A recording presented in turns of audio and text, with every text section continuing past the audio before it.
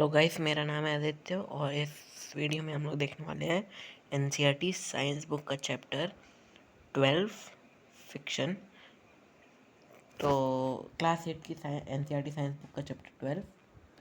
सो ये है chapter fiction. इसका नाम है फिक्शन। फिक्शन होता क्या है? फिक्शन वो चीज़ होती है एक फिक्शन का दूसरा नाम अट्रैक्शन भी हो सकता है। हम फिक्शन को और क्या कह सकते हैं? अट्रैक्शन। किसी चीज़ की तरफ अट्रैक्ट होना या फिर कोई चीज़ आपको अपनी तरफ खींच रही हो तो उसे उसका फिक्शन कहते हैं, उसका जोर कहते हैं। ठीक है, तो इस वीडियो में हम लोग इसी चैप्टर के बारे में पढ़ेंगे। तो चलिए इस वीडियो को जल्दी से शुरू करते हैं। You might have seen a driver of a car or a truck slowing down the vehicle at a traffic signal. आपने देखा होगा कोई ड्राइवर को, कार या फिर ट्रक का ड्राइवर को, जब जो है कोई ट्रैफिक सिग्नल आए तो उसके समय जब ट्रैफिक सिग्नल आता है तब अपनी गाड़ी को स्लो कर देता है। देखा होगा आपने। You to slow down your bicycle whenever needed by applying brakes. आपने भी कभी कभार जब भी आपको कभी स्पीड ब्रेकर दिखता होगा या फिर कुछ दिखता होगा, कोई चीज़ देखता होगा जिसमें आपको अपने ब्रेक्स अप्लाई करने, तो आप कर देते हो वहाँ पर। या फिर कोई चीज़ दिखती होगी सामने जिसमें मतलब सिंपल बात है, स्पीड ब्रेकर समझ लो, तो वो दिखता होगा तो आप अपने ब्रेक्स लगाते होगे। ठीक है। Have you ever thought why vehicle slow Have you ever thought that why vehicle slows down when brakes are applied? आपने कभी सोचा है कि जो है क्यों जो है जब ये ब्रेक अप्लाई होता है तो व्हीकल स्लो हो जाता है? जब आप ब्रेक को ये अप्लाई करोगे तब वो स्लो क्यों जाती है आपकी कोई भी व्हीकल हो? Not only vehicles, on any object moving over the surface of another object slows down whenever no external force is applied on it. Vehicle ही नहीं या फिर व्हीकल ही नहीं, कोई भी ऑब्जेक्ट हो, अगर वो मूव कर रहा हो किसी सरफेस पे और दूसरा ऑब्जेक्ट आए तो वो उसकी जो स्पीड होगी पहले ऑब्जेक्ट की उसको स्लो कर देगा। ठीक है। या फिर कोई जब एक्सटर्नल फोर्स, बाहर का कोई फोर्स उसके ऊपर अप्लाई ना हो तब तक वो चलता रहेगा, मगर जब भी कोई फोर्स अप्लाई होगा तो वो स्लो डाउन हो जाएगा। ठीक है। फाइनली इट स्टॉप्स, और जब उसके ऊपर कोई फोर्स अप्लाई होता है दूसरे ऑब्जेक्ट जब उसके ऊपर कोई फोर्स अप्लाई करता है तो वो स्लो डाउन हो जाता है। ठीक है, या फिर स्टॉप हो जाता है। Have you not seen a moving ball on the ground stopping after some times? आपने कभी देखा नहीं है वो जो बॉल होती है, फुटबॉल होती है, फिर कुछ होता है, अगर थोड़ी देर तक ऐसे ही छोड़ दिया जाए मार के, मतलब मारे और वो रोल करती रहे और थोड़ी बार देखा होगा आपने, वो थोड़ी देर बाद रुक जाती है। Why do we sleep when we step on a banana peel?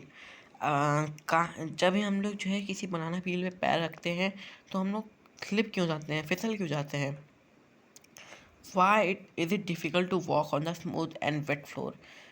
क्यों इतना डिफ़िकल्ट होता है कि हम लोग किसी वेट फ्लोर पे चलें या फिर गीली ज़मीन पे चलें, तो इतना डिफ़िकल्ट क्यों होता है हम लोगों को चलते?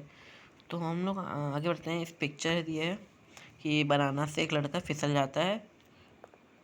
A boy falls down when he steps on a banana peel. तो इसी को फिक्शन कहते हैं। ठीक है, कि कोई चीज़ आ रही हो तो वो थोड़ी टाइम के बाद या फिर किसी कुछ समय के बाद रुक जाती है। जब तक कोई किसी ऑब्जेक्ट पे फोर्स ना अप्लाई हो तब तक वो रुकता नहीं है। ठीक है, आगे बढ़ते हैं। You will find the answer to such question in this chapter. आप इन जो भी क्वेश्चन यहाँ लिखे हैं इन सब के क्वेश्चन के जवाब आपको इस चैप्टर में पता चल जाएंगे। उससे पहले यहाँ पर हम लोग अगला देखते हैं। उसके बाद फोर्स ऑफ फिक्शन। अब फिक्शन का जो फोर्स होता है वो क्या होता है, तो इसके लिए यहाँ पर एक एक्सरसाइज दी है। Gentle push on a book on a table. हल्के से आप बुक को टेबल में पुश करिए, जो टेबल में बुक रखी है उसको हल्के से पुश करिए। ठीक है। You observe that it stops after moving for some distance. कुछ डिस्टेंस चलने के बाद या फिर कुछ डिस्टेंस मूव होने के बाद वो स्टॉप हो जाएगी। देखा होगा आपने, करिए आप एक बार इसको घर पे, आपको समझ आ जाएगा। Repeat this activity pushing the book from the opposite direction. आप जो है इस एक्टिविटी को रिपीट करते रहिए अपोजिट डायरेक्शन से भी, मतलब इस एक्टिविटी को रिपीट करिए। कहाँ से? अपोजिट डायरेक्शन, जिस डायरेक्शन से बुक पुश किया था उसी के अपोजिट डायरेक्शन से आप पुश करिए बुक को। फिर क्या आगे लिखा है? Does the book stops this time, क्या बुक इस बार स्टॉप होती है? तो इसका जवाब होगा हाँ, मतलब इसका जवाब हाँ होगा, क्योंकि जब बुक एक तरफ से पुश हो रही है तो दूसरी तरफ से भी पुश होगी तो फिर स्टॉप ही होगी। तो एक सेकंड आगे देखते हैं हम लोग। Can you think of an explanation, क्या आप किसी एक्सप्लेनेशन पे किसी एक्सप्लेनेशन के बारे में सोच सकते हो? Can we say that a force must be acting on a book opposing its emotion? देखिए हम लोग जब भी किसी बुक एक मतलब यही बुक को पुश करेंगे तो अपोजिट उसी बुक को अपोजिट डायरेक्शन में पुश करेंगे तो एक फोर्स क्रिएट होता है ना। This force is called a force of fiction. ठीक है, देखो हम लोग किसी बुक को, जैसे ये बुक को हम लोग ने इधर से पुश किया और वो ऐसे जा रही और हम लोग ने इधर से पुश किया, तो दोनों डायरेक्शन का जो फोर्स होगा वो ऐसे होगा ना, बीच में आएगा ना, तो उसी को कहते हैं फोर्स ऑफ फिक्शन। ठीक है, फोर्स ऑफ फिक्शन।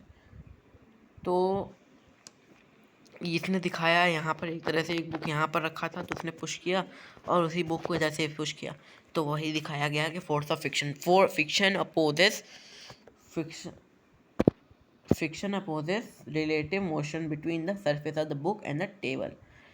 तो इसका मतलब क्या है, फिक्शन जो है अपोज कर रहा है, यानी कि अपोजिट, यानी कि उसको जो अपोजेस हो रहा है, मतलब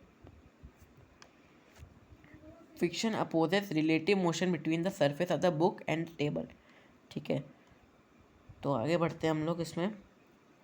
you saw that if you apply the force along the left, fiction acts along the right. ठीक है, अगर आप लेफ्ट साइड से फिक्शन को करोगे, फिक्शन को अपोज करोगे, तो वो राइट साइड से, मतलब राइट साइड से वो एक्ट करेगा। ठीक है, यानी जैसे हम लोग ने ये लेफ्ट साइड से यहाँ से हम लोग ने किया और राइट साइड से वो अपोज करेंगे, मतलब उसको एक्ट करेगा राइट साइड से। If you apply the force along the right, the fiction acts along the left direction. अगर आप राइट से करोगे तो वो लेफ्ट में होगा और लेफ्ट से करोगे तो राइट में आएगा, मतलब एक्ट करेगा। In both cases the force opposes the motion in of the book. ठीक है, दोनों ही केसेस में जो बुक का इस बुक की बात कर रहा है, जो उन्होंने एक्टिविटी की, दोनों ही मोशन में जो दोनों ही फोर्सेस में जो मोशन है बुक का, उसको अपोज कर रहा है। ठीक है, in both cases the force opposes the motion of the book. दोनों ही केसेस में जो फोर्स है, ठीक है, एक लेफ्ट साइड से जो फोर्स आ रहा है और राइट साइड से, दोनों ही एक तरह से एक्ट कर रहे हैं, अपोज कर रहे हैं। ठीक है, अपोजिट्स हैं तो अपोज कर रहे हैं। The force of motion, the force of fiction always opposes the applied force. ठीक है, जो फोर्स ऑफ फिक्शन है वो हमेशा से जो फोर्स अप्लाई हुआ है उससे अपोज करेगा, यानी कि एक तरह से उसके साथ क्रैश कर देना तो वो हो जाएगा अपोजिट साइड से थोड़ा सा। तो वही है बताया गया है अपोज का मतलब यहाँ पे। In both in the above activity the force of fiction acts between the surface of the book and the surface of the table. Above activity में जो ऊपर की एक्टिविटी है उसमें जो फोर्स ऑफ फिक्शन है, यानी कि जो फिक्शन का जो फोर्स है वो एक्ट करता है between the surface of the book. ठीक है, जो सरफेस है बुक का, ये जो बुक का सरफेस है ना, उससे जो फिक्शन है वो एक्ट करता है। ठीक है,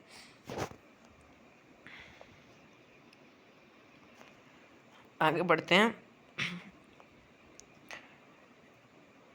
इन in the friction the same for all the surfaces. क्या जो फिक्शन है वो हर एक सरफेस, सारे सरफेसेस के लिए सेम ही है? मतलब कहने का मतलब ये है कि जो फिक्शन है वो हर एक सरफेस के लिए सेम होता है। Does it depend on the smoothness of the surface? क्या वो फिक्शन जो है वो स्मूथनेस और सरफेस से डिपेंड होता है? लेट अस फाइंड आउट, चलिए देखते हैं। तो फिर फिक्शन मतलब फिक्शन की सिंपल डेफिनेशन आप समझ लो, कोई भी चीज़ जब मूव करती है उसे हम लोग क्या कहते हैं, फिक्शन कहते हैं। ठीक है, तो कोई भी चीज़ जैसे मूव करती है वो फिक्शन कहते हैं उसे। तो यहाँ क्या क्या है कि does it depends on the smoothness of the surface. जब कोई चीज़ चलती है, जो फिक्शन उसका होता है, जब वो हर एक सरफेस के हिसाब से चलती है कि कितना स्मूथ है सरफेस की या नहीं। इसी के बारे में एक्टिविटी के द्वारा फिर से बताया गया है। Factors affecting the fiction. ठीक है, tie a string about a brick, around a brick. एक ब्रिक के चारों तरफ आप एक स्ट्रिंग को मतलब उसके चारों तरफ स्ट्रिंग कर दीजिए, टाइट स्ट्रिंग को टाई कर दीजिए। Pull the bricks by spring balances, ठीक है। आप जो जो ब्रिक हैं, जो ब्रिक है ना, उसको आप स्प्रिंग का बैलेंस करके, स्प्रिंग को बैलेंस करके ब्रिक्स को पुल करिए, जैसे कि इस फिगर में दिखाया गया है। देखिए यहाँ पे ये स्ट्रिंग है, तो ये स्ट्रिंग बैलेंसर है, तो इससे आप जो है ब्रिक को पुल करिए, ठीक है। You know to need to apply some force, आपको कुछ फोर्स अप्लाई करना होगा, ठीक है, यानी कि अपनी कुछ ताकत अप्लाई करनी होगी। तो note down the reading on the spring balance when the bring sorry note down the reading, जो रीडिंग है, यानी कि देखो ये स्ट्रिंग वाले में ना, ये जो स्ट्रिंग बैलेंसर है इसमें कुछ रीडिंग्स आती हैं, कितना फोर्स अप्लाई हो रहा है, कितना सब कुछ हो रहा है, तो उस रीडिंग को आपको अप्लाई करना है। Spring on the spring balances when the brick just begin to move, जब ब्रिक जो है जस्ट बिगिन ही होता है मूव करने के समय, जब वो मूव करने ही वाला होता है, उस समय का जो स्प्रिंग बैलेंस की जो रीडिंग होगी उसको नोट कर लीजिए, जब जो है ब्रिक जस्ट मूव ही करने वाला होता है। It gives you measure of the force of friction, आप ये क्या बताएगा कितना फोर्स ऑफ फ्रिक्शन लग रहा है, कि कितना फोर्स लग रहा है उस फ्रिक्शन में, between the surface of the brick and the floor, कितना फ्रिक्शन लग रहा है, फोर्स ऑफ फ्रिक्शन लग रहा है किसके बीच में, सरफेस के बीच में, और मतलब जो ब्रिक का सरफेस है और फ्लोर का सरफेस जो है, उनके दोनों के सरफेस में कितना फोर्स ऑफ फ्रिक्शन लग रहा है उसको वो बताता है, ठीक है। हम लोग अगले में देखते हैं, आगे का है, आगे लिखा है इसके आगे ही, फॉर दिस डिफरेंस, एक सेकेंड, अच्छा सॉरी यहाँ नीचे भी था थोड़ा सा, तो यहाँ पे भी है। Now wrap a piece of polythene around the brick and repeat the activity, अब जो है उसी एक्टिविटी को आप एक पॉलीथीन रैप करके उसके चारों तरफ पॉलीथीन लगा लीजिए, फिर उसको खींचना है शायद उसके बाद।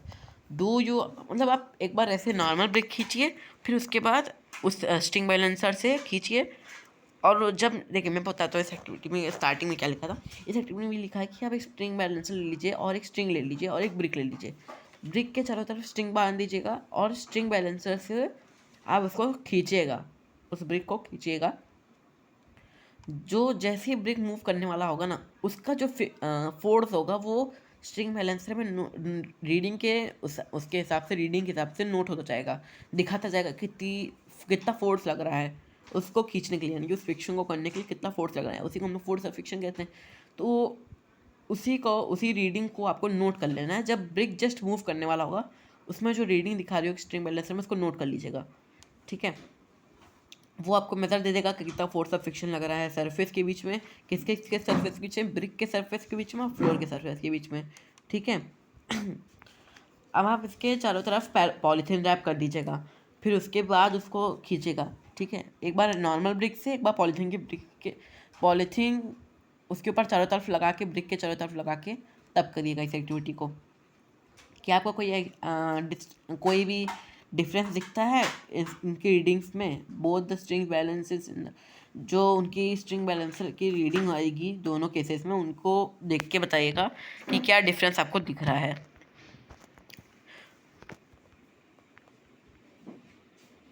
What might be the reason for this difference, इस डिफरेंस का क्या रीज़न हो सकता है?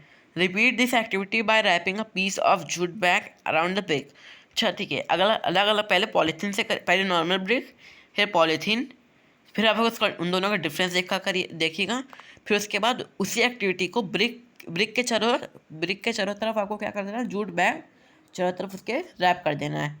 अब आप इसको उसके साथ, अब उसको रैप करने के बाद क्या ऑब्जर्व करते हैं उसको देखिएगा।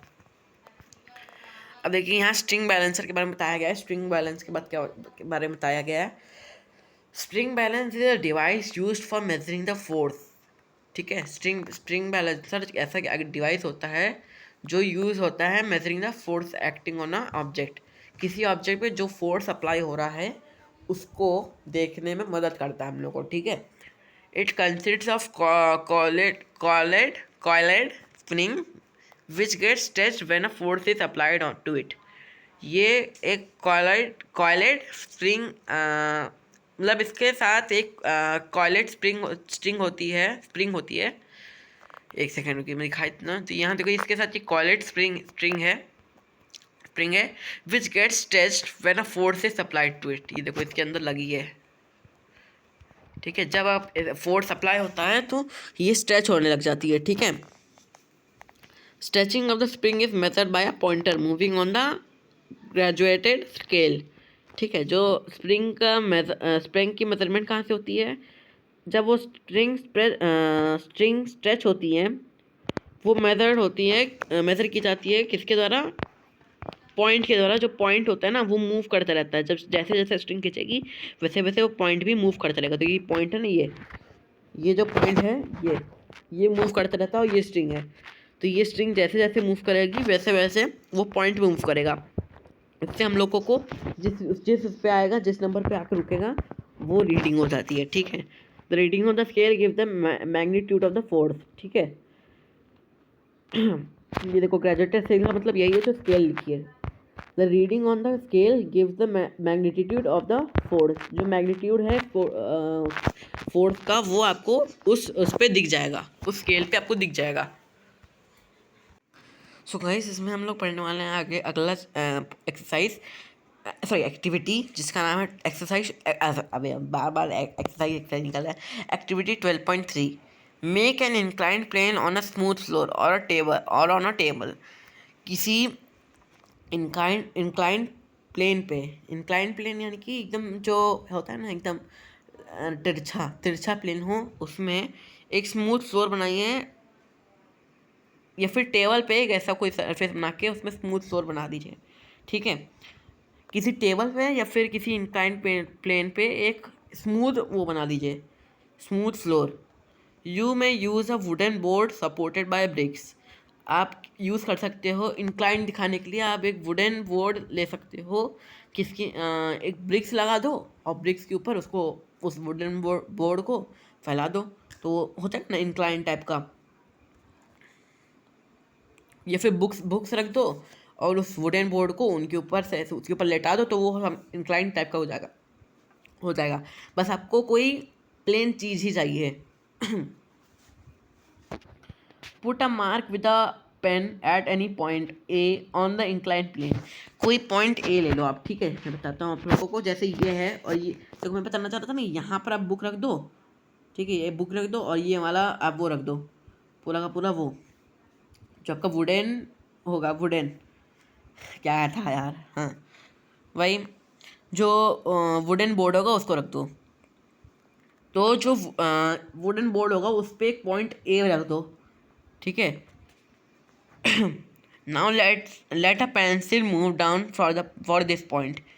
अच्छा ये बताना चाह रहा ना कि इस पॉइंट से, ठीक है, इस पॉइंट से जो ये वुडन बोर्ड का ए पॉइंट है वहाँ से एक पेंसिल छोड़ो तो ये पेंसिल ऐसे आएगी।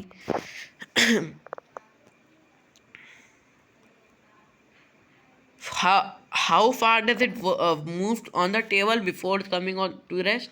मतलब ऐसे नीचे जाएगी फिर ऐसे सीधी हो जाएगी क्योंकि टेबल आ गई, फिर वो नीचे चलती जाएगी। अब वो ही देखना है आपको कि कितनी दूर तक वो पेंसिल जा रही है। Note down the distance, now spread a piece of cloth. आप उस डिस्टेंस को नोट कर लीजिए जहाँ जितनी दूर तक वो पेंसिल गई।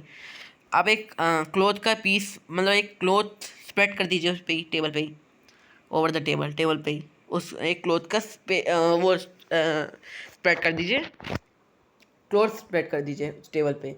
Make sure that there are no wrinkles in the clothes. कोई भी रिंकल ना हो, ठीक है, उस क्लॉथ पे कोई भी रिंकल ना हो। Try the activity again. उस एक्टिविटी को फिर से ट्राई करिए, मतलब वही छोड़ने वाली उस वुडन बोर्ड से छोड़ने वाली। देखो यहाँ पर इन लोग ने नॉर्मल रखा है, ये देखो यहाँ बुक रख दी है, ये वुडन बोर्ड है, यहाँ से लोग ने वो पेंसिल छोड़ी और इन लोगों ने शायद सेल यूज़ की है ना, हाँ सेल ही है। अब सेल पेंसिल कुछ भी ले सकते हो। अब यहाँ से वो सेल आया और सेल यहाँ जाके रुका, इस डिस्टेंस को आपको नोट कर लेना है, ठीक है। फिर आप उसको उसी एक्टिविटी को क्लोथ से इन लोग ने किया है, तो देखते हैं क्लोथ से होता क्या है। जैसे लिखा है pencil cell cover different distance और डिफरेंट सर्फेसेस। पेंसिल का जो सेल है, पेंसिल या फिर जो सेल है वो जो है डिफरेंट डिस्टेंसेस कवर कर रहे हैं दोनों में ही। एक यहाँ पर बिना क्लोथ के अलग है और क्लोथ के साथ अलग है, क्योंकि कोई भी सरफेस आ जाएगा उनके ऊपर तो उनकी डिस्टेंस स्लो हो जाती है। जैसे क्लोथ आ गया तो उनकी जो डिस्टेंस होगी कवर करने की वो स्लो हो जाएगी, मतलब ख़त्म हो जाएगी, या फिर कुछ कम डिस्टेंस कवर करेंगी वो लोग किसी अलग सरफेस के साथ। स्मूथ जितना सरफेस होगा उतना जो है डिस्टेंस ज़्यादा कवर होगा।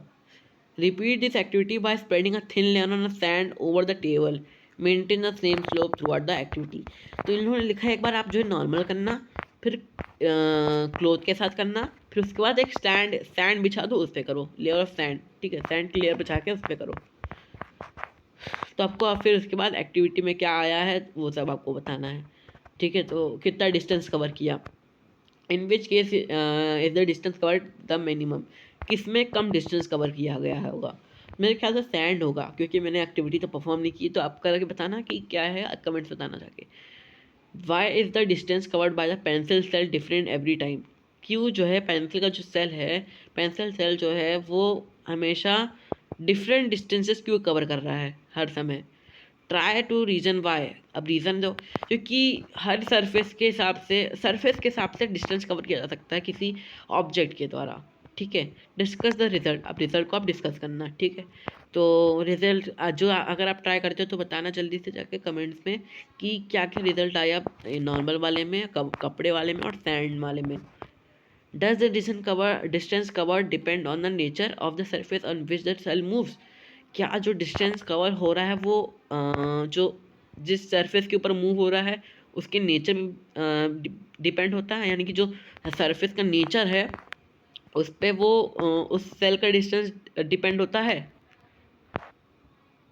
Could the smoothness of the surface of the cell also affect the distance travel by it, या फिर कोई जो सरफेस है सेल का जो सरफेस है उससे भी कुछ उसकी स्मूथ होने से सरफेस डिस्टेंस पे अफेक्टेड है। देखो कहने का मतलब ये है कि ये पूछ रहा है कि यहाँ पर जो टेबल का डिस्टेंस था, यानी कि जो टेबल था उस पर ये जा रहा था ना। देखो ये सेल है, ये जो सेल है, ये सेल ये इस टेबल पे तो जा रहा है, तो ये टेबल का जो सरफेस है वो एकदम स्मूथ है।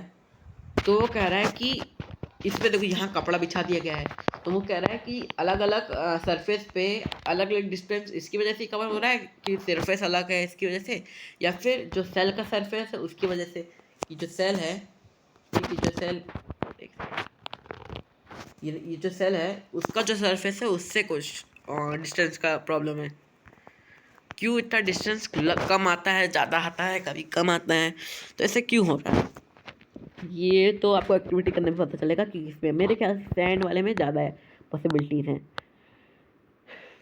जैसे डिस्टेंस के हिसाब से देखा जाए। I shall try this activity, जो ये बूझा कह रहा है कि I shall try this activity by wrapping a piece of sandpaper around the cell. Okay, तो ये एक्टिविटी करने को किससे बोल रहा है कि ये करेगा किस चीज़ की एक्टिविटी, सेल के चारों तरफ वो लगा देगा सैंड, ठीक है, सैंड पेपर लगा देगा। Friction is caused by the irregularities on the two surfaces in the contact, ठीक है। जो फ्रिक्शन होता है वो कॉज कब होता है ये friction, by the irregularities on the, क्या कह रहा है सही से नहीं बोल पाऊंगा सॉरी। तो irregularities on the two surfaces in the contact. जो फ्रिक्शन होता है वो किसके द्वारा कॉज हो रहा है, जो सरफेस का इरेगुलेशन है, यानी कि जो सरफेस है वो इरेगुलर होगा तभी हो रहा है ऐसा। टू सरफेसेस में जो कांटेक्ट है, ठीक है, जो दोनों सरफेस है, यानी कि जो सेल का सरफेस है और जो मेन जिस पे वो जा रहा है, जिस पे वो डिस्टेंस कवर कर रहा है, वो उसका जो सरफेस है दोनों अलग अलग होंगे, यानी कि दोनों में से किसी का इरेगुलर होगा सरफेस, तभी वो ऐसा है, ठीक है, तभी वो कम डिस्टेंस कवर कर रहा है। तो देखो ध्यान से देखो, सैंड में डिस्टेंस मतलब जो सैंड का सरफेस होगा वो हम इरेगुलर तो होगा ही, हो सकता है, लेकिन चाहे जितना भी स्ट्रेट कर लो लेकिन उसका जो सरफेस होगा वो इरेगुलर होगा। कपड़े का भी सेम हाल है, लेकिन उसमें थोड़ा सा ज़्यादा डिस्टेंस कवर कर लेगा। लेकिन जिस पे वो नॉर्मल है, कुछ भी नहीं है उस पर ऊपर, उसके ऊपर कुछ भी नहीं किया गया है, नॉर्मल वुड ही है सिर्फ, जो एकदम स्मूथ है, उस पर तो ज़्यादा डिस्टेंस कवर करेगा। इसके हिसाब से मैंने बताया कि सैंड हो सकता है, बाकी अब ट्राई करके बताना, ठीक है।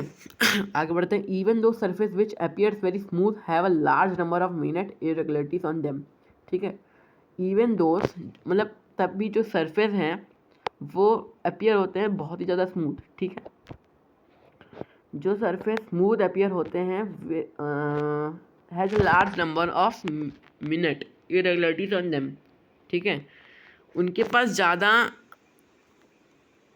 मतलब जो लोग ज़्यादा सरफेस, जो सरफेस ज़्यादा स्मूथ दिख रहे हों, ठीक है, उनके पास ज़्यादा मिनट है, यानी ज़्यादा पॉसिबिलिटीज़ है कि वो इरेगुलरिटीज़ हैं उनके अंदर, ठीक है। उनके पास इरेगुलरिटीज़ हैं, यानी कि वो इरेगुलर के सरफेसेस हैं। जैसे कि क्लॉथ दिखता तो दिखा, चाहे जितना भी सरफेस स्मूथ कर लो, मैंने बताया ना वही कि जितना भी स्मूथ कर लो लेकिन वो इरेगुलर होंगे ही। Irregularities on the two surfaces lock into one another, ठीक है। जो दोनों सरफेसेस का इरेगुलरिटीज़, कुछ कुछ इरेगुलरिटीज सब में होती है सर, ठीक है, हर एक चीज़ में इरेगुलरिटीज़ होती ही होती हैं। दोनों की जो इरेगुलरिटीज़ होंगी वो लॉक हो जाएंगी दोनों में, यानी कि दोनों लोग जब लॉक होंगी, यानी कि जब दोनों लोग मिलेंगी तो ऑब्वियसली बात है कि स्पीड स्लो ही होएगी।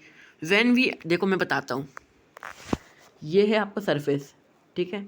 इसमें हो सकता है कि इसमें हमेशा से, जैसे ये वुडन है ना, वुडन मैंने पीछे दिखा रहा है, ये सरफेस है आपका, ठीक है।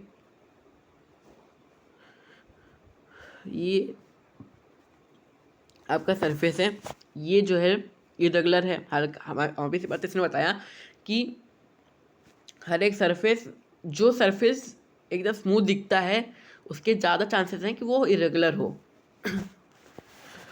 तो देखो ये कपड़ा और ये सब दिख रहा है कि स्मूथ है, लेकिन है क्या, इरेगुलर भी है। तो फिर इनके ऊपर से जो ये सेल है, इसमें भी कुछ इरेगुलर होगा, क्योंकि ये भी स्मूथ दिख रहा है तो ये भी इरेगुलर है।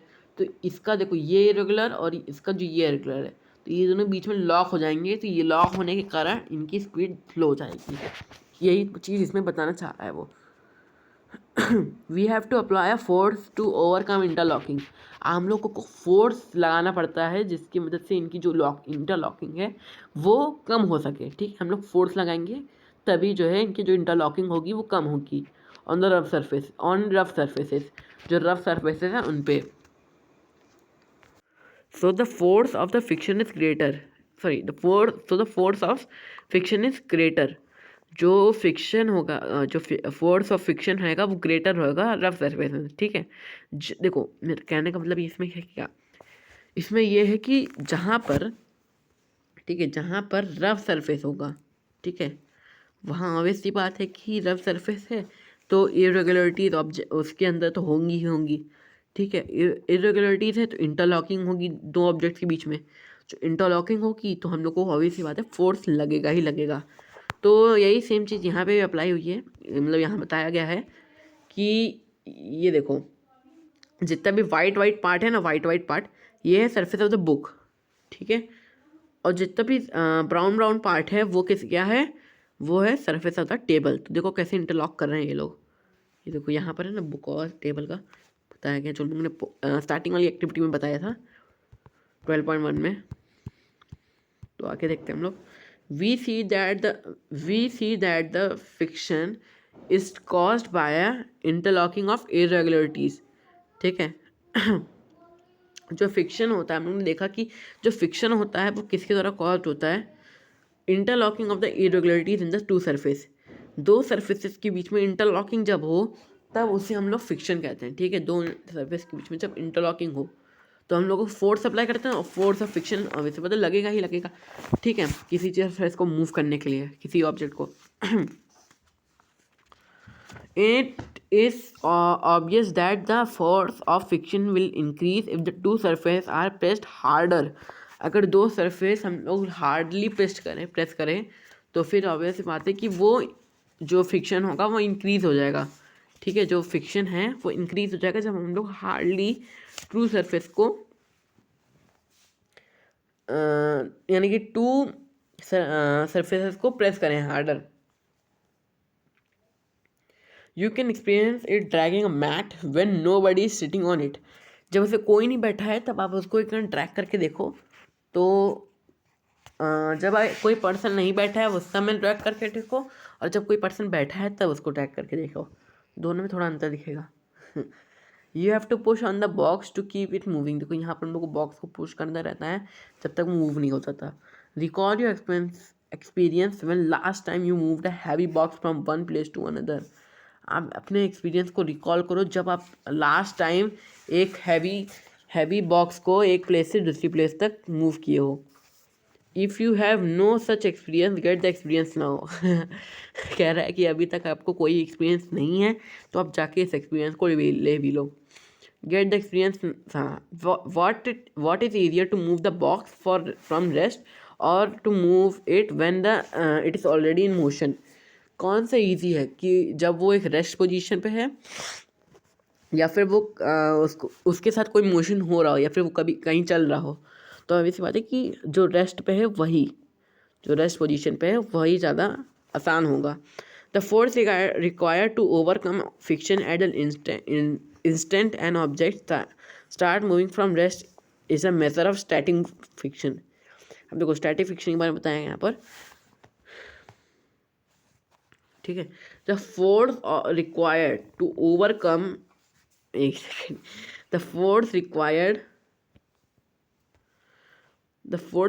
To overcome fiction.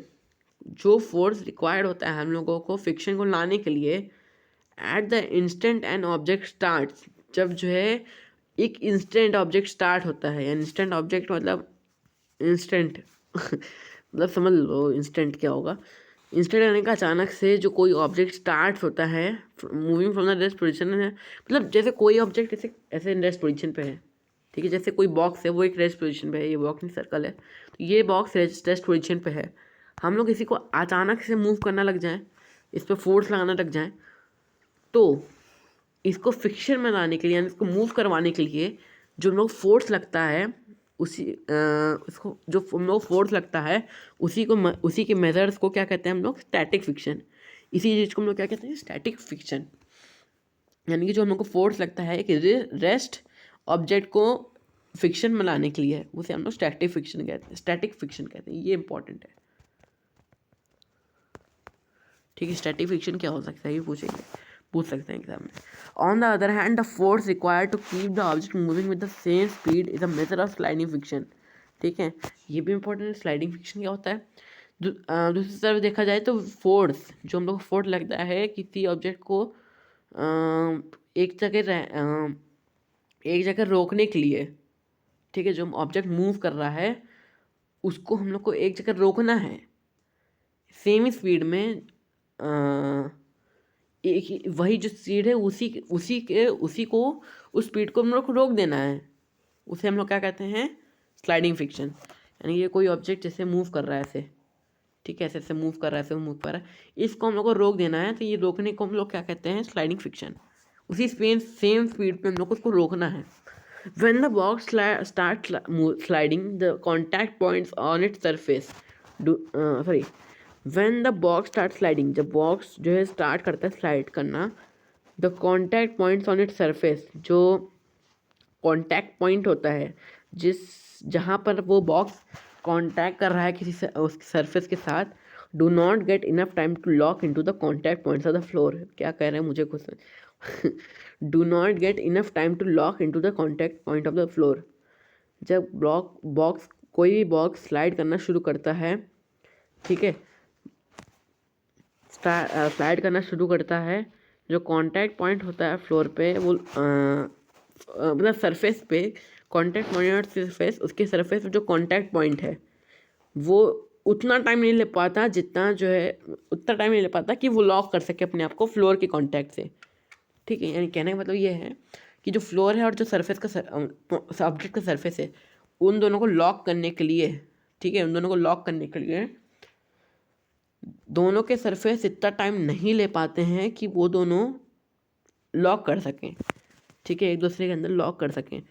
So the sliding fiction is slightly smaller than the static fiction. तभी जो स्लाइडिंग फिक्शन है वो थोड़ा सा स्मॉल होता है किसके द्वारा स्टैटिक फिक्शन के द्वारा. And you find it somewhat easier to move the box already in motion than to get it started. अब देखो जब आप कोई बॉक्स को अचानक से मूव करोगे तो उसका सरफेस और जो फ्लोर का सरफेस है उसका उन दोनों को इंटरलॉक मतलब हम बताया ना फोर्स ऑफ फिक्शन होता है क्या है. इंटरलॉकिंग को हम लोग फोर्स ऑफ फिक्शन कहते हैं. इंटरलॉकिंग को किसी ऑब्जेक्ट को और किसी फ्लोर के सरफेस को, दोनों के सरफेस को इंटरलॉक जब होते हैं उन्हीं को हम लोग फोर्स ऑफ फ्रिक्शन कहते हैं, फ्रिक्शन कहते हैं।